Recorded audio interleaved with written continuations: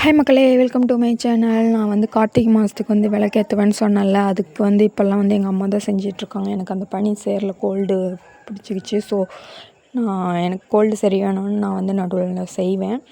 அப்புறம் இன்னைக்கு காலையில் எங்கள் அம்மா இட்லி சுட்டு குருமா வச்சுருந்தாங்க.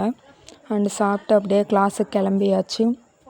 கிளாஸ்க்கு போயிட்டு வந்து பார்த்தா எங்கள் அம்மா உடம்பு சரியில்லை, தலைவலிக்குதுன்னு படுத்திருந்தாங்க. வந்தோடனே ஃபஸ்ட்டு சாப்பாடு அடுப்பில் வச்சுட்டு அப்புறம் எண்ணெய் கத்திரிக்காய் குழம்பு வச்சுருந்தேன். இதோட ரெசிபி வந்து நான் அந்த டைட்டிலுக்கு மேலே வந்து லிங்க் கொடுக்குறேன், வேணுங்கிறவங்க செக் பண்ணிக்கோங்க. அண்ட் அதுக்கப்புறம் வந்து பீட்ரூட் பொரியல் பண்ணிவிட்டு எங்கள் அம்மா பொரியல் பண்ணுறதுனா பண்ணேன், இல்லாட்டி பீட்ரூட் குழம்பு மட்டும் போதும் அப்படின்னு சொல்லியிருந்தாங்க. சரி, நான் வந்து பீட்ரூட் பொரியலும் பண்ணிட்டேன். ஏன்னா பீட்ரூட் காய் இருந்தால் வீணாக போயிடும், நம்ம அடுத்த ஃப்ரெஷ்ஷாக செய்யும் போது தானே அதோட டேஸ்ட்டு நல்லாயிருக்கும். ஸோ அதனால் பொரியலும் பண்ணிட்டேன்.